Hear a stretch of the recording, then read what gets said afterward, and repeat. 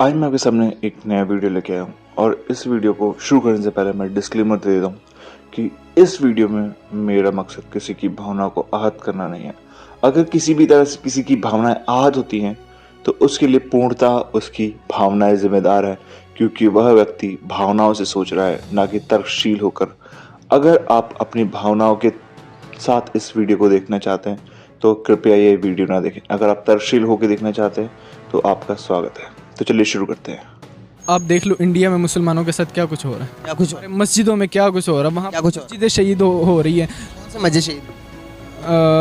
यार मस्जिद का मुझे बाबरी मस्जिद, बाबरी मस्जिद है एक, और उसके अलावा भी बड़ी मस्जिद है जिन ज्ञानवीपी मस्जिद। और भी बहुत सी मस्जिद है। मुझे इस चीज़ मुझसे बताओ ना, मेरे साथ बात करोगे तो मैं आपको बताऊँ। बाबरी मस्जिद की अगर आप बात करेंगे, बाबरी मस्जिद की अगर आप बात करेंगे तो अदालती तौर पर, हुकूमती तौर पर उसको अप्रूव करवाया गया कि इसको मुसलमानों ने मंदिर को तोड़कर ऊपर उसके ऊपर मस्जिद बनाई है। हमारा इस्लाम इजाज़त देता है कि किसी की इबादत गाहों को तोड़कर उसके ऊपर अपनी इबादत अदालत ने अप्रूव करवा दिया। मस्जिद या वो नहीं बना सकते। लेकिन ये कि बाबरी मस्जिद का आप देखें तो आप तारीख में देखें कि कब से मस्जिद बनी हुई है वो। बाबरी मस्जिद की तारीख निकाली गई भाई, और डॉक्यूमेंट्स, ओरिजिनल डॉक्यूमेंट्स, पिछले डॉक्यूमेंट्स जहाँ पर ये इस बात का सबूत देते हैं। नीचे जब खुदाई की गई, उसके नीचे जब पिलर्स की खुदाई की गई तो वहाँ पर मंदिरों के भाई मूर्तियाँ निकली। ये सारी रिसर्च करने के बाद भी फिर उनको दे दिया गया उनके हिस्सा के भाई इस पर। जब भी अयोध्या का जिक्र आएगा, दो चीजों का जिक्र हमेशा होगा, एक जन्मभूमि और एक बाबरी मस्जिद। अब इसके बारे में ऑनरेबल सुप्रीम कोर्ट ने अपना वर्डिक्ट दे दिया है। मैं उसके ऊपर किसी भी प्रकार की टिप्पणी नहीं करूंगा, ना ही मैं उसको सही ठहराऊंगा, ना ही मैं उसको गलत ठहराऊंगा। मैं यहाँ जानने की कोशिश करूंगा दरअसल इतिहास है क्या। पर उससे पहले मैं ये पढ़ दूं। On the basis of ASI finding Hindu religious remains, it was held that there had been a temple and the place could be the birthplace of Rama, though it was not confirmed whether the temple was demolished to construct the mosque or not. It was confirmed that the land belonged to the Hindus. ये honourable supreme court का verdict है, इस पर मैं comment नहीं करूंगा। समझते हैं अयोध्या क्या है। अयोध्या समझने के लिए हमें समझना पड़ेगा उसका इतिहास, और इसका समझने के लिए हमें समझना होगा दुनिया का इतिहास। बाकी इसमें एक और चीज़ मैं ऐड कर दूं कि इस पर एक और समुदाय ने क्लेम किया था, जो बुद्ध को मारने वाले हैं। उन्होंने भी अपना क्लेम किया था कि यहाँ पे एक स्तूपा था।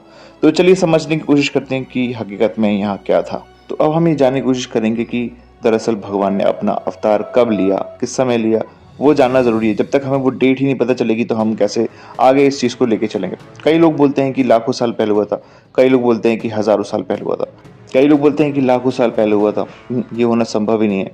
खेती का इतिहास ही कुछ 9000 साल पुराना है, और उस समय के मनुष्य जो है इतने एडवांस लेवल पे रह रहे थे। फिर इंसानी सभ्यता में ऐसा क्या हुआ कि इंसान, हमें दिखता है कि आज से कई हज़ारों साल पहले लिखना सीख पाता है। ऐसा क्या हो गया कि हज़ारों साल पहले इंसान ने पहिए की खोज करी? ऐसा क्या हो गया कि हज़ारों साल पहले इंसान ने खेती की खोज करी? ये क्या संभव है कि लाखों साल पहले इतनी एडवांस टेक्नोलॉजी होने के बाद इंसान इस तरीके से बैक गियर लगा के इतना पीछे आ जाए और फिर नए तरीके से शुरुआत करे, जो कि किसी भी प्रकार से संभव नहीं है, क्योंकि इंसानी इतिहास इतना पुराना है ही नहीं। इसका इतिहास जानने के लिए हमें समझना होगा इंसानी इतिहास क्या है। जब हम इंसानी सभ्यता को देखते हैं तो हमें पता चलता है कि सबसे पुरानी सभ्यता में से एक है मेसोपोटामिया की, जिसकी शुरुआत आज से 3500 BCE पूर्व हो चुकी थी। उसके बाद हम देखते हैं इजिप्शियन सिविलाइजेशन, और उसके बाद हमारी इंडियन सिविलाइजेशन। कुछ हिस्टोरियंस का मानना है कि भगवान ने आज से 5114 ईसा पूर्व, और कुछ लोग बोलते हैं कि 7323 ईसा पूर्व अवतार लिया था। यानी कि मेसोपोटामिया से ज़्यादा समय नहीं था। यानी कि इतनी डेवलप सिविलाइजेशन अचानक से ऐसा क्या होता है कि वो कोलैप्स कर जाती है। ये इतनी डेवलप सिविलाइजेशन थी कि इसकी हमें आर्कियोलॉजिकल एविडेंस तक नहीं मिलते। 7000 ईसा पूर्व एक और जगह पे हमें कुछ एविडेंस मिलते हैं, वो है आज का टर्की। जब साइंटिस्टों ने इस साइट का सर्वे किया तब उनको इस साइट का जो एज है वो पता चलता है, जो कि कुछ 7000 BCE के आसपास का टाइम बताया जा रहा है। तो उस समय के ये लोग क्या कर रहे थे वहाँ पे? दरअसल आप देख पाएंगे कि ये लोग हंटर गैदरर्स थे। अब जो लोग हंटर गैदरर्स नहीं समझते, मैं उनको बता दूं कि दरअसल ये वो लोग थे जो कि शिकार करके अपना जीवन का यापन किया करते थे। हमें इनके सबूत मिल जाते हैं, पर इतने बड़े बड़े महल जो उस समय रहे होंगे हमें उनके सबूत देखने को नहीं मिलते। जब हम अयोध्या की बात करते हैं तो उससे पहले हमें समझना होगा कि उसका इतिहास क्या है। यह जानने के लिए यह जानना जरूरी है कि विश्व मानव इतिहास क्या था। हमें सर्वप्रथम सिविलाइजेशन देखने को मिलती है। यह सिविलाइजेशन ज्यादातर नदियों के किनारे पर ही बसी थी, परंतु उससे पहले जब मनुष्य कृषि नहीं करता था, वह छोटे छोटे समूह में रहा करता था। वह लोग हंटर गैदर्स कहलाया करते थे। सरल भाषा में कहें तो आज हम आदिवासी को देखते हैं, वह लोग कुछ वैसे ही रहा करते थे या दिखा करते थे। समय के साथ साथ जब मानव विकास करता गया, वह एक बड़े समूह में इकट्ठा हो गया और हमें सिविलाइजेशन देखने को मिलती है। सबसे पहली सिविलाइजेशन का हमें पता चलता है कि वह मेसोपोटामिया में थी। यह सभ्यता आज के ईरान में थी। आश्चर्य की बात यह है कि जो हमें पहले सेटलमेंट देखने को मिलते हैं इंसान के, वो आज के जॉर्डन और टर्की में दिखते हैं, जो कि उस सभ्यता के काफी नजदीक थे। जब आखिरी हिमयुग खत्म हो रहा था, तब नदियों के पानी के साथ काफी पोषक तत्व भी है, जिससे खेती में मदद मिल रही थी, यानी खेती का विकास शुरू हो चुका था। इस वजह से हमें पहली सभ्यता मेसोपोटामिया में देखने को मिलती है। उसी कालखंड में हमें और सभ्यताएं देखने को मिलती हैं। इन सभ्यताओं में एक समानता थी कि यह किसी भी प्रकार की आर्मी नहीं रखते थे, क्योंकि यह किसी भी साम्राज्य में नहीं बटे थे। परंतु समय के साथ साथ चीजें भी बदलती गई। ईस्ट में पानी कम होता गया, जमीन सूखती चली गई, तो लोग एक जगह से दूसरी जगह माइग्रेट करने लगे, जिस वजह से सिविलाइजेशंस बिखरने लगी। इस काल अंतर में जैसा मैंने बताया कि लोग माइग्रेट करने लगे और अच्छे संसाधनों की तलाश में एक जगह से दूसरी जगह आकर रह रहे थे। पर हम यह भी जानते हैं कि उनके माइग्रेशन से पहले भी जहाँ पे वो माइग्रेट करके जाते हैं, वहाँ पे लोग रह रहे थे। वो कौन लोग थे? वो लोग थे जो कि किसी भी सिविलाइजेशन में नहीं थे। जैसे मैंने आपको बताया कि आज के जैसे हम आदिवासी देखते हैं, वैसे ही कुछ लोग वो रहा करते थे, जो कि किसी भी प्रकार के सिविलाइजेशन से नहीं, उनका कोई भी राब्ता या कनेक्शन नहीं था। ये अपने तरीके से जी रहे थे और जो भी सिविलाइजेशन थी वो काफ़ी शिक्षित हो चुकी थी और वो अपने हिसाब से रह रहे थे। सिविलाइजेशन वाले लोग ज़्यादा शिक्षित और विकसित थे, जबकि आदिवासी शिक्षित नहीं थे। जब ये सिविलाइजेशन के लोग माइग्रेट करके इन लोगों के साथ आते हैं या स्थान पर आते हैं, तो वही करते हैं जो अंग्रेज़ों ने हमारे साथ किया, यानी उनके संसाधनों पर हक जताना शुरू कर दिया। वह लोग ज़्यादा शिक्षित नहीं थे, उन्हें ये समझ नहीं आया कि उनके संसाधनों पर अतिक्रमण हुआ है। अब ये लोग सभी मिलके आपस में नगरों का निर्माण करते हैं और ये नगर हमें महाजनपद में बंटते हुए दिखते हैं। भारत में 16 महाजनपद हमें दिखाई जाती है। अब मैं इसमें आपको एक और चीज़ बताना चाहूँगा। जब सिविलाइजेशंस खत्म होती हैं, नगर बनते हैं या महाजनपद बनती है, तो नगर चलाने के लिए व्यवस्था की ज़रूरत थी। तब हम यहाँ पे वर्ण व्यवस्था को देखते हैं।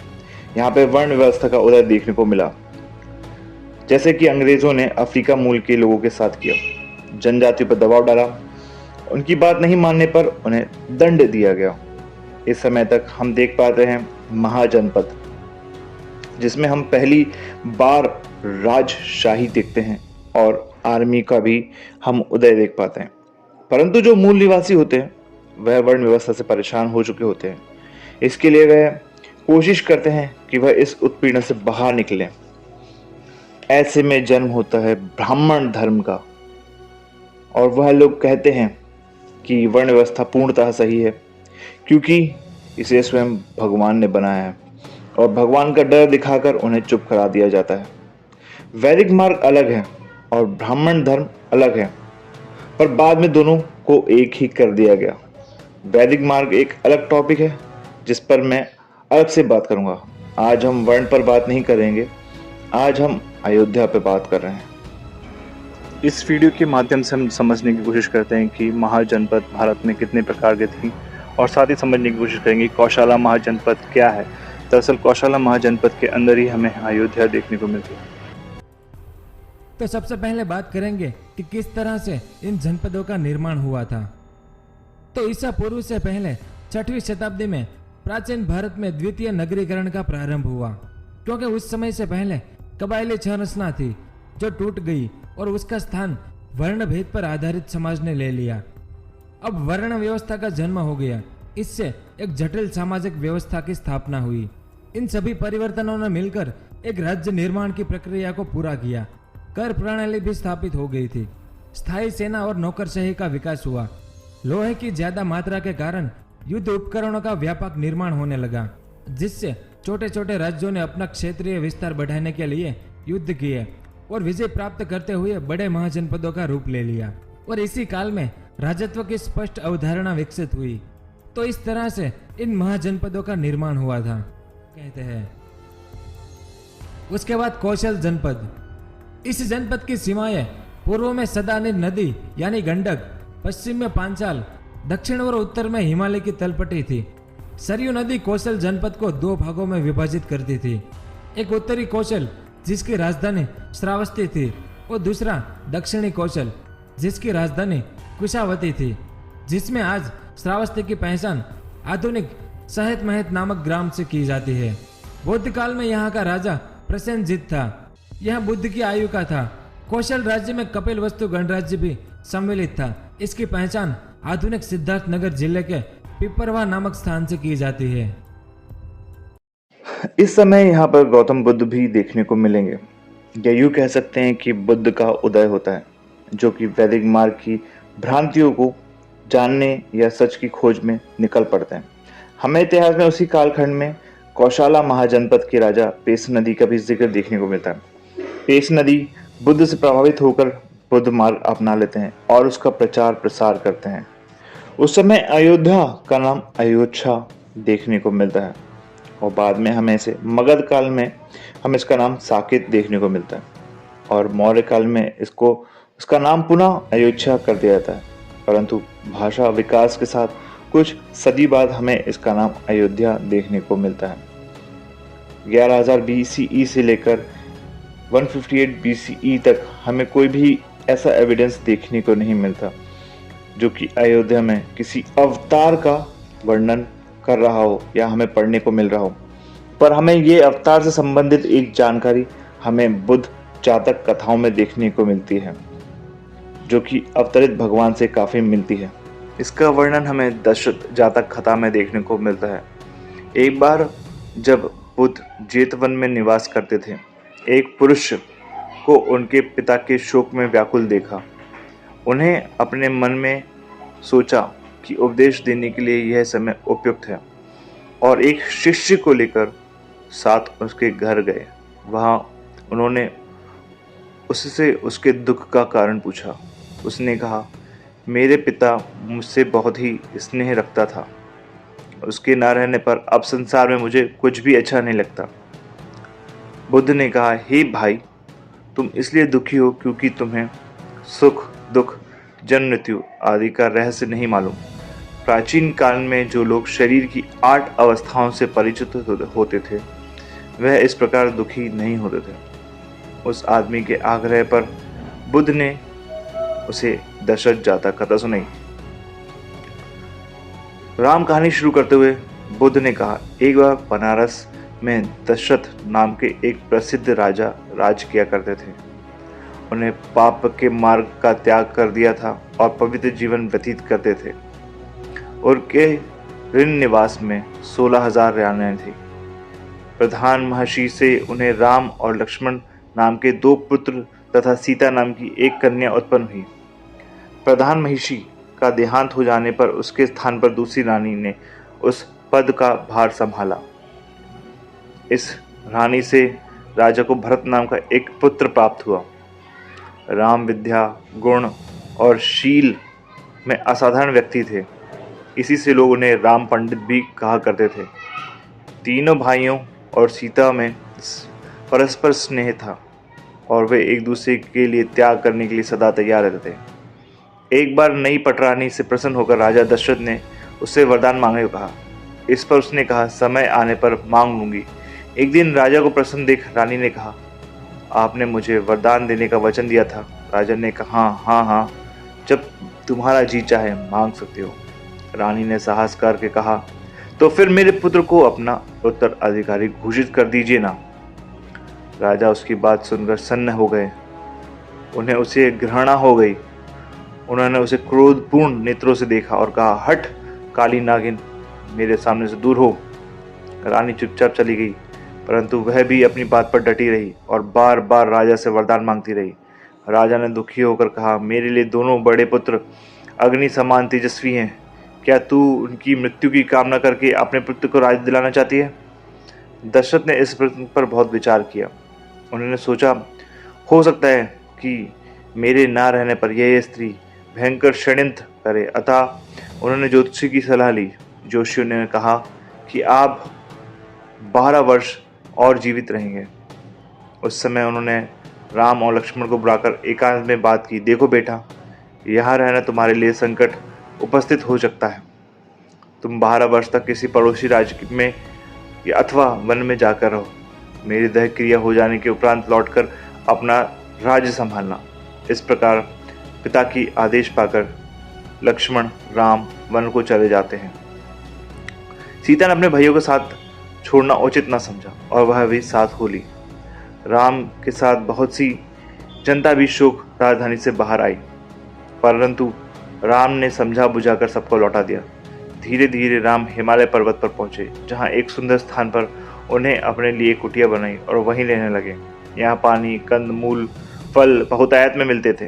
राम के चले जाने पर राजा दशरथ बहुत व्याकुल रहने लगे। शोक के कारण वे अपनी आयु से शेष 12 वर्ष भी पूरे न कर सके और उसके पूर्व उनका शरीर छूट गया।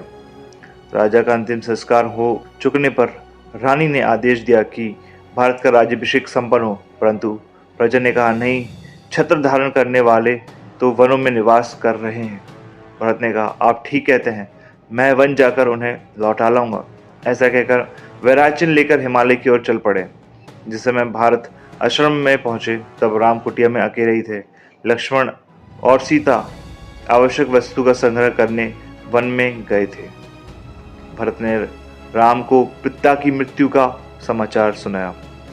राम की कहानी सुनाते हुए बुद्ध ने बोला, राम जी गंभीर स्वभाव के व्यक्ति थे। उन्हें शोक के वेग का सहन किया, परंतु लक्ष्मण और सीता के आने पर साहस ये समाचार उन्हें सुना सके।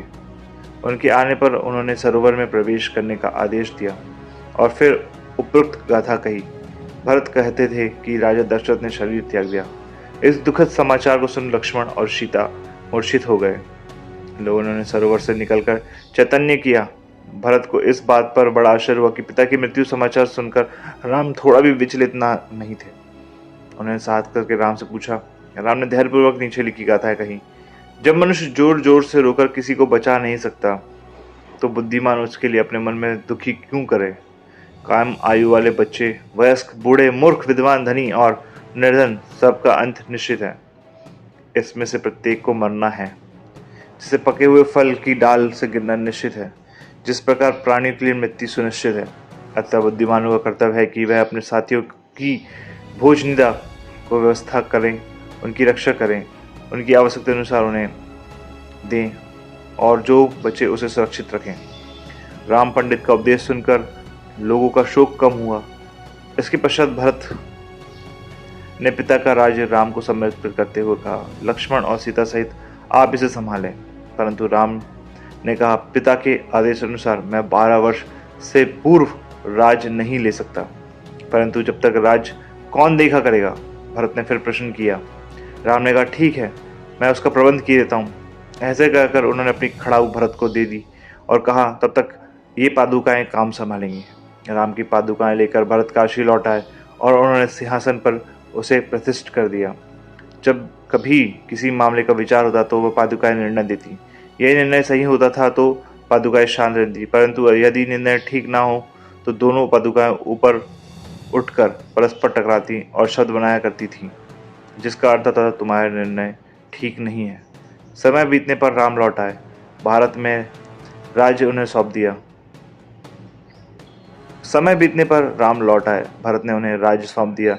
राम पंडित ने 16,000 वर्षों तक राज्य किया और अंत में स्वर्ग का लाभ किया।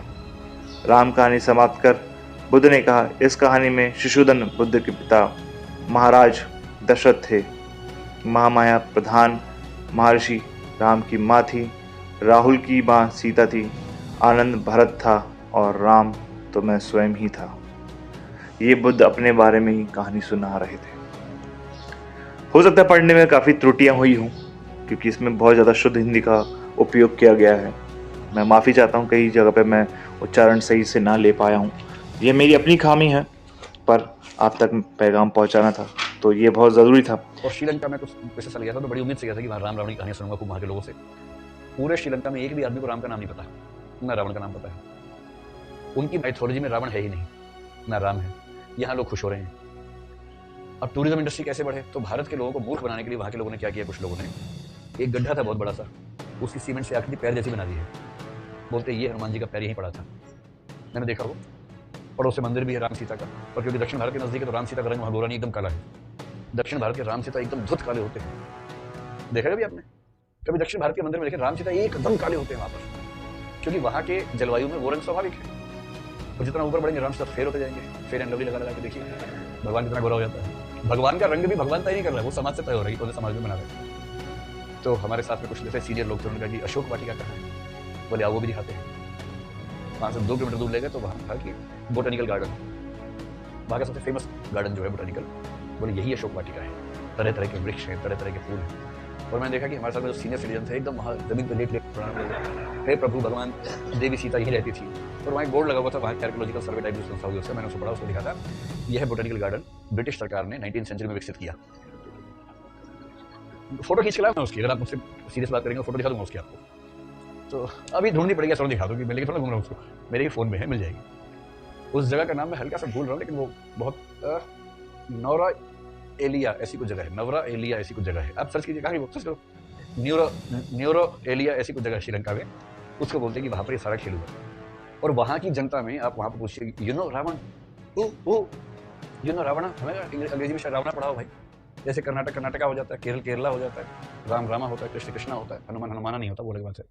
तो मैंने पूछा रावणा, रामा, कुछ नहीं। उन्हें बस ये पता है कि अशोक की बहन यहाँ पर एक बार आई थी बौद्ध धर्म के प्रचार के लिए, वो उनको पता है क्योंकि बौद्ध धर्म का गढ़ वो बना हुआ है सब। रामा, लक्ष्मणा, रावणा, कुछ नहीं पता उनको। और यार मस्त हुए जा रहे हैं। नुवारा एलिया है, हाँ मिल गया, चलिए नुवारा एलिया सर्च कीजिएगा, वहाँ उसमें एक बोटेनिकल गार्डन दिखेगा। जैसी फोटो है प्रणाम कर लीजिएगा उसको ठीक से, दंडवत प्रणाम करना पूरा, ठीक है। समझदार को इशारा ही काफ़ी है। अब आते हैं बाबरी मस्जिद पर। बाबरी मस्जिद में भारतीय कला देखने को मिलती है। यहाँ पर 2 चीज़ें हो सकती हैं। पहला है यह कि यह एक बौद्ध स्तूपा हो सकता है, या फिर यहाँ पे कुछ भी ना हो। हम दोनों चीज़ें समझने की कोशिश करते हैं।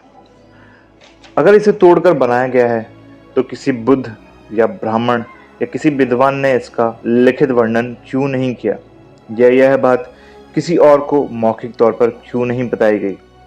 इसी में एक और संभावना यह है कि जब बाबर भारत आता है, बुद्ध धर्म ब्राह्मणों द्वारा खत्म किया जा चुका था, जिस वजह से बुद्ध मार्गी यह लिख नहीं पाए और ब्राह्मणों ने इस पर ध्यान नहीं दिया, क्योंकि शायद वहाँ पे मंदिर था ही नहीं। अब आते हैं हम दूसरी संभावना पर। दूसरी संभावना पर हम ये समझ सकते हैं कि यहाँ पे कुछ था ही नहीं और इसको पूर्णतः वहाँ पे ही बनाया गया, यानी किसी भी मंदिर को या स्तूपा को नहीं तोड़ा गया। हम देख पाते हैं कि बाबरी मस्जिद की जो वास्तुकला है वो दरअसल भारतीय वास्तुकला से काफ़ी प्रभावित है, जिस वजह से हमें ऐसा लगता है कि ये किसी चीज़ को ऊपर बनाई गई हो सकती है। इसमें एक संभावना यह हो सकती है कि कोई खंडित स्तूपा हो जिसकी चीज़ों का यूज़ किया गया हो उसको बनाने में। इसकी वजह से ऐसा लग सकता है कि ये इसके ऊपर रख के बनाई गई हो, क्योंकि हम देख पाते हैं कि पहले जब भी कोई खंडित वस्तु होती थी तो जिसका इस्तेमाल नहीं होता था, तो वहाँ पे जो भी शिल्पकार थे उसका टुकड़ा ले लिया करते थे और उसको दूसरी जगह यूज़ कर लिया करते थे। यह उस समय आम था, पर खैर उस समय के लोगों को ये नहीं पता था कि ये आगे जाके एक विवाद का विषय बनेगा।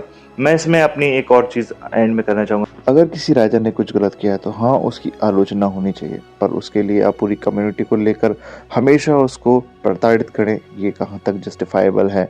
नहीं, बिल्कुल नहीं। मैं इसके खिलाफ हूँ कि कहीं भी अगर कोई भी किसी की भी धर्मस्थल को अगर तोड़कर उस पर मस्जिद का कंस्ट्रक्शन किया जा रहा है तो नहीं, ये नहीं होना चाहिए, ये गलत है। इसके ऊपर प्रॉपर तरीके से जो भी उलमा है उनको काम करना चाहिए। ये काम राजाओं के द्वारा किए जाते थे, ना कि किसी आम प्रजा के द्वारा। इतिहास में कभी भी देख लें आप, किसी भी आम मुस्लिम ने ऐसा कभी नहीं किया होगा। हाँ, हाल फिलहाल के वक्त में हम देख पाते हैं ऐसी काफ़ी घटनाएं हो रही हैं, पर इसके पीछे का कारण आप देख सकते हैं कि अंग्रेज़ों की फूट डालो शासन करो नीति का ये नतीजा है जो हम आज तक इसका तंज झेल रहे हैं। मैं इसमें अपनी एक और चीज़ एंड में करना चाहूँगा। देखिए, मैं फिर बोल दूँगा कि सुप्रीम कोर्ट के आदेश के खिलाफ मैं नहीं बात कर रहा हूँ, नहीं वो मेरा हक है, क्योंकि मैंने यहाँ पे जब सुप्रीम कोर्ट का आपके सामने आदेश जो है दोबारा से रख देता हूँ। ये देखिए आप कि यहाँ पे सुप्रीम कोर्ट भी क्लियर नहीं है। जब सुप्रीम कोर्ट क्लियर नहीं है तो हमें समझना होगा कि क्या है हकीकत। देखिए, हकीकत जानने के लिए हमें सिर्फ और सिर्फ दो चीज़ों पर ही निर्भर होना पड़ता है। पहला है तो एविडेंस और दूसरा है इतिहास। ये दोनों जब एक दूसरे के साथ मिलते हैं तब हमें देखने को मिलता है कि सच क्या है। जब ये एक दूसरे को देखने को नहीं मिलते तब हमें लगता है कि यहाँ पे कुछ था ही नहीं, यानी कि ये सिर्फ एक कोरी कल्पना हो सकती है। यह वीडियो का मकसद किसी की भावना को ठेस पहुंचाना नहीं था। यह सिर्फ इतिहास और सच जानने की एक कोशिश थी। हो सकता है कि मैं गलत हूँ। अगर मैं गलत हूँ तो प्लीज़ मुझे ज़रूर कमेंट में आप बता देना। मैं उस पर विचार करूँगा और रिसर्च करूँगा। शुरुआत में मैंने एक शॉर्ट चलाया था। ये वो कुछ यूट्यूबर्स हैं जो चंद व्यूज़ के लिए भ्रम फैला रहे हैं और इनको देखकर बहुसंख्यक समाज काफ़ी खुश हो जाता है। उन तक ये पैगाम पहुंचाएं कि आप अगर सच दिखाना चाहते हैं, अगर मुसलमान ने गलत किया तो वो दिखाएं, अगर किसी और ने गलत किया है तो वो भी दिखाएं। सच को सच करके दिखाएं, ना कि भ्रम फैलाएं सिर्फ चंद व्यूज़ के लिए। क्या आपको ये मस्जिदें जो मैं यहाँ चला रहा हूँ आपने देखी हैं कि इनका क्या हाल है आज के टाइम पे? क्या आपने इसके बारे में कभी बात करी? नहीं, आप नहीं करेंगे, क्योंकि आपको पता है कि आपको व्यूज़ कहाँ से आ रहा है। अगर आपके अंदर ज़रा सा भी इंसानियत ज़मीर है तो आप दोनों तरफ होके बोलें, ना कि एक तरफ। अनबायस होके रहें। ये बायसनेस अच्छी नहीं लगती मेरे दोस्त।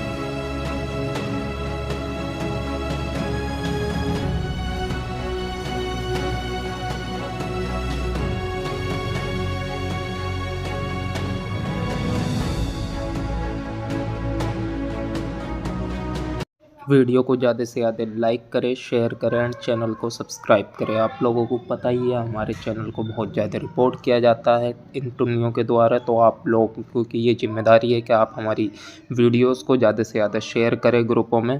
और एक चीज़ और आप लोगों को बतानी थी, हम लोगों ने डिस्कॉर्ड का ग्रुप बनाया है जहाँ पर आप हमें इससे रिलेटेड कोई भी न्यूज़ इस्लामोफोबिक या से रिलेटेड शेयर कर सकते हैं या अपने क्वेश्चन भी पूछ सकते हैं वहाँ पर।